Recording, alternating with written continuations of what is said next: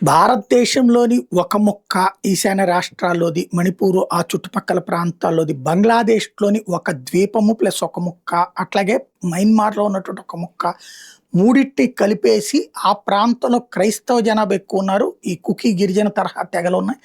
వాళ్ళందరినీ కలిపి అక్కడ క్రైస్తవ గిరిజనులనమాట వీళ్ళు.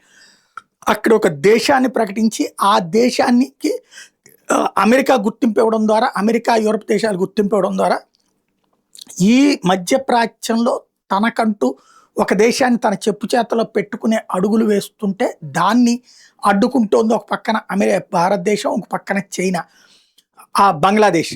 అందుకోసమనే బంగ్లాదేశ్‌లో షేక్ హసీనాని దించేసి యూనస్‌ని పెట్టి అప్పటినుంచి ఓ ప్రయత్నం జరుగుతుంది. చైనాతో మొన్నెళ్ళింది అమెరికా అధ్యక్షుడు ట్రంప్, అందులో ఒక పార్ట్. బట్ చైనా మాత్రం అమెరికా సైన్యాన్ని ఇక్కడికి రావడానికి అంగీకరించలేదు అన్నది స్పష్టం.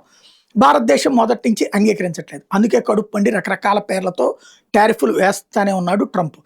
తాజాగా మనతో నేరుగా కాకుండా ఒక ఎదవ తెలివితేటలు ప్రదర్శిస్తోంది.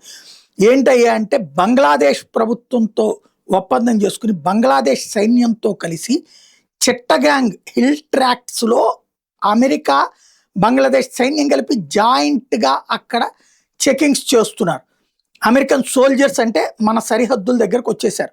జాయింట్ ఎక్సర్సైజెస్ అనే పేరుతో అది మన మిజోరాం బోర్డర్‌లో బంగ్లాదేశ్ ఆర్మీ వీళ్ళు కలిసి, బంగ్లాదేశ్ ఆర్మీనే సరైనటువంటి శక్తివంతమైంది కాదు.